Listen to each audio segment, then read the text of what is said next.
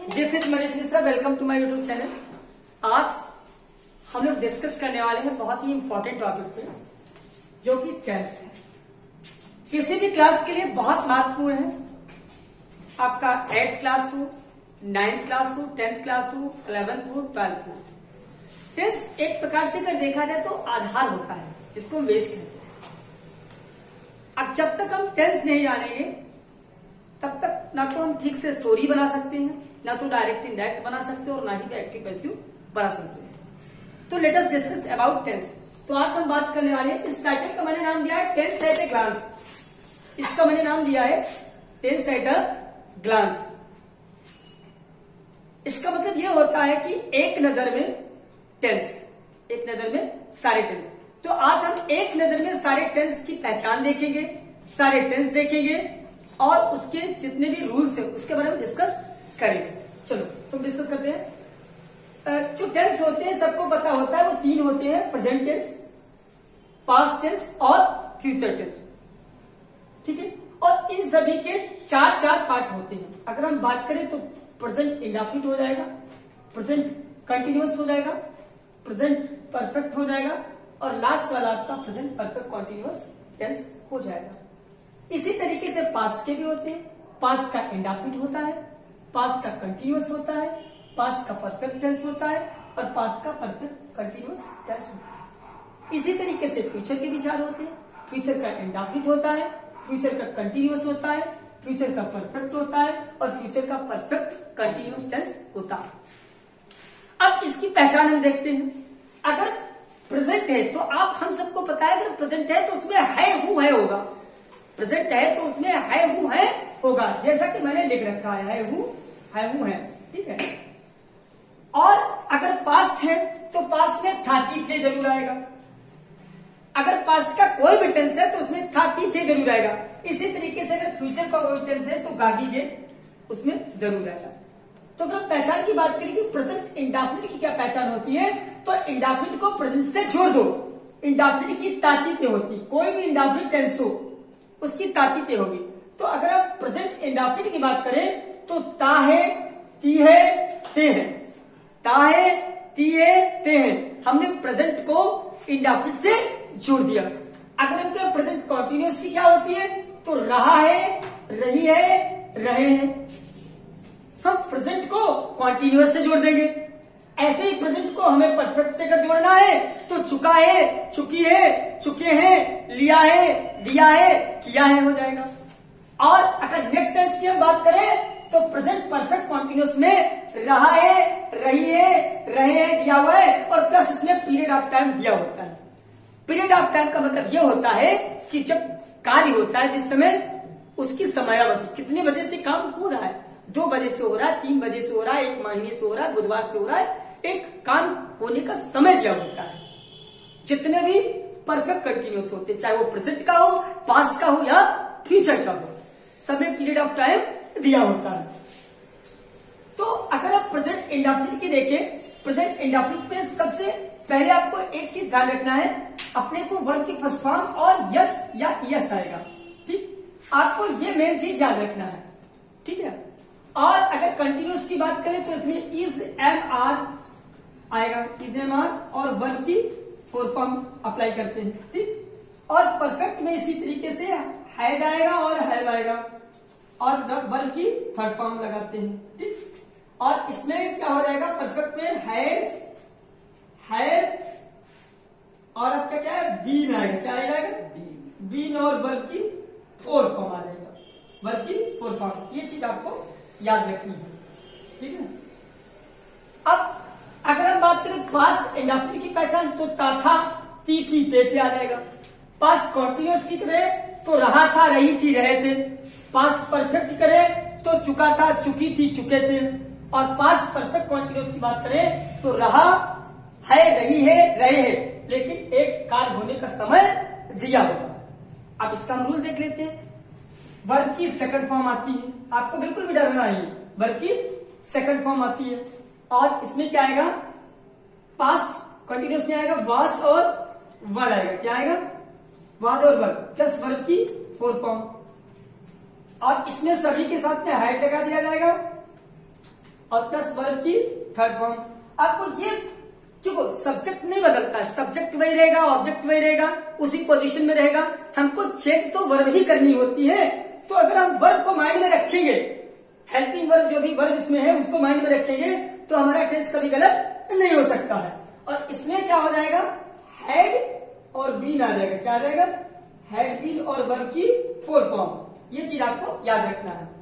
अगर हम बात करें, अच्छा एक चीज आपको फ्यूचर में थोड़ा सा ध्यान देना है पहचान के मामले में। अगर फ्यूचर इंडेफिनिट की बात करें तो इसमें केवल गागी गे आता है, इसमें आपको ता नहीं ऐड करना है। फ्यूचर इंडेफिनिट में केवल गागी गे आएगा, इसमें आपको तागा तीगी नहीं करना है। और फ्यूचर कंटिन्यूस में रहेगा, रहेगी, रहेंगे, ठीक है।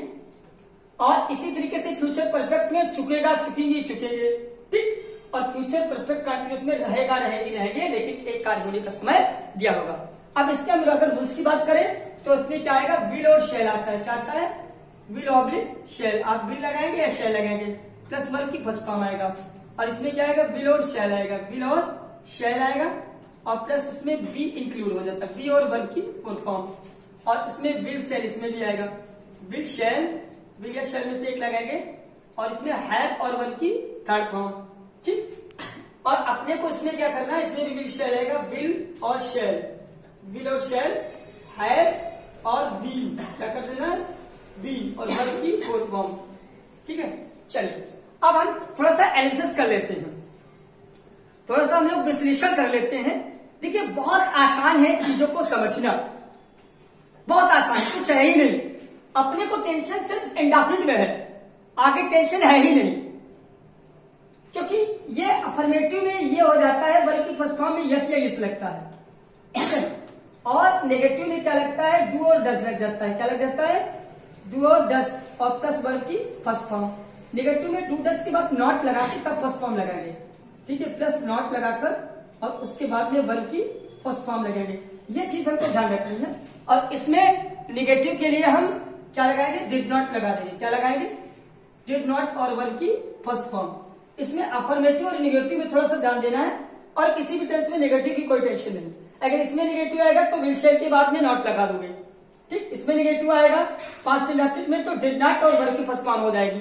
और अगर प्रेजेंट इंडेफिनिट में नेगेटिव आएगा तो डू और डज, नॉट में से डू डज में से एक लगा दोगे, नॉट लगाकर वर्ब की फर्स्ट फॉर्म लगा दोगे, ठीक।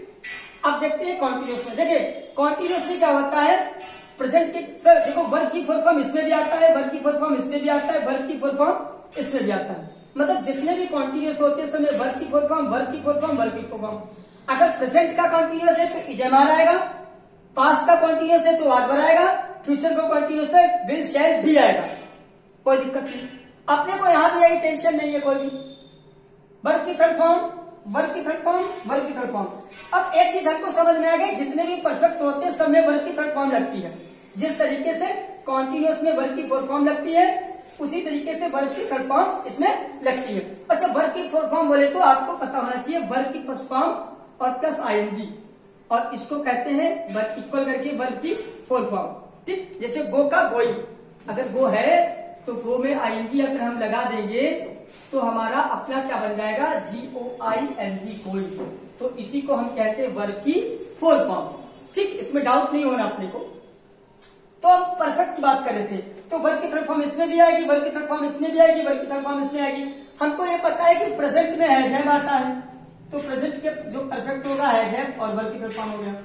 पास्ट में हैड आता है तो हैड और वर्ब की थर्ड फॉर्म। इसी तरीके से फ्यूचर में विल शैल आता है और हैव इंक्लूड करके वर्ब की थर्ड फॉर्म लगा देंगे, ठीक। अब देखिए यहाँ को ये चीजें कॉमन हमको मिल रही है, थोड़ा सा हमको माइंड पे जोर देना है, ये चीजें हमको कॉमन सारी मिल रही है। अगर हम निगेटिव की बात करें तो इजमार के बाद इसमें नॉट लगा देना, अगर इसमें निगेटिव हो तो आदबर के बाद इसमें नॉट लगा देना, इसमें निगेटिव हो तो विल शैल के बाद नॉट लगा देना। ऐसे ही अगर इसमें निगेटिव हो तो हैज हैव के बाद नॉट लगा देना, इसमें निगेटिव हो तो हैड के बाद नॉट लगा देना, इसमें निगेटिव हो तो विल शैल के बाद में नॉट लगा देना। आराम से निगेटिव सेंटेंस बन जाएगा, उसमें कोई दिक्कत वाली बात नहीं है। अब आगे अगर हम बात करते हैं तो इसमें हैज हैव लगता था, उसमें हैज हैव और बीन लग जाता है। देखिए बीन और वर्ब की फोर्थ फॉर्म इसमें मिल जाएगी, बीन और वर्ब की फोर्थ फॉर्म इसमें मिल जाएगी। बीन और वर्ब की फुल फॉर्म इसमें मिल जाएगी। मतलब अपने को ये चीज समझ में आ गई, जितने भी परफेक्ट कॉन्टिन्यूअस होंगे, चाहे वो प्रेजेंट का परफेक्ट कॉन्टिन्यूअस हो, चाहे वो पास्ट का परफेक्ट कॉन्टिन्यूअस हो, चाहे वो फ्यूचर का परफेक्ट कॉन्टिन्यूअस हो, सब में बीन और वर्ब की फुल फॉर्म आती है। अपने को ये चीज कॉमन रखना है। जैसे इसमें थर्ड फॉर्म कॉमन थी, इसमें फोर्थ फॉर्म कॉमन थी, इसमें भी बीन और वर्ब की फुल फॉर्म कॉमन है। और उठा के वही रूल लग जाता है। परफेक्ट में हैज हैव आता है तो परफेक्ट कॉन्टिन्यूअस में इसमें भी प्रेजेंट का अगर होगा तो हैज हैव और बीन वर्ब की फुल फॉर्म आ जाएगी। ठीक है, इसमें क्या आता था, हैड आता था, तो अगर पास्ट का परफेक्ट कॉन्टिन्यूअस है तो हैड लग जाएगा, बीन वर्ब की फुल फॉर्म कॉमन है। इसमें भी यही था। इधर देखिए परफेक्ट में क्या लगता था, परफेक्ट में विल शैल हैव लगता था तो वही उठा के इसमें कर दिया गया और बीन और वर्ब की फुल फॉर्म कॉमन हो गई। भाई विल शैल हैव था ही और बीन वर्ब की फुल फॉर्म कॉमन, ये चीज कॉमन है, ये चीज क्या है, कॉमन है। और अपने को वर्ब की फुल फॉर्म लगाना है, उसके साथ जो भी समय दिया होगा वो लगाना है। निगेटिव होगा तो सीधा हैज हैव के बाद भी नॉट लगा दो। और इंटरगेटिव का बहुत ही आसान रूल है। इंटरगेटिव में अपने को क्या करना होता है, अगर इसका इंटरगेटिव होगा तो डू डट पहले लगा दोगे, इसका इंटरगेटिव होगा तो डिड पहले लगा दोगे। जिन वाक्यों में क्या आता है, अगर वाक्य के स्टार्टिंग में क्या है तो डू डट पहले लगा दोगे, इसमें अगर स्टार्टिंग में क्या है तो डिड पहले लगा दोगे, इसमें क्या है तो विल शैल पहले लगा दोगे। ऐसा इसमें भी होता है। इसमें अगर क्या आएगा पहले तो इच एम आर पहले लगा दोगे, इसमें क्या आएगा पहले तो वाज वर्ब पहले लगा दोगे, इसमें भी विल शैल पहले लगा दोगे। ऐसे जितनी भी हेल्पिंग वर्ब यूज कर रहे हो उनको सबको पहले लगा दोगे। आई होप आपको समझ में आ गया होगा। अगर नहीं समझ में आया तो कमेंट करके बताइए। और मुझे लगता है आप लोग इतनी देर से देख रहे हैं, मैंने बहुत सारी मेहनत की है आज काफी समय बाद, तो आपने अभी तक शायद लाइक नहीं किया है तो वीडियो को लाइक करिए और इसको सब्सक्राइब करिए। ठीक है, और अगर आपको समझ में आया तो एक अच्छा से कमेंट करके बताइए। Thank you so much.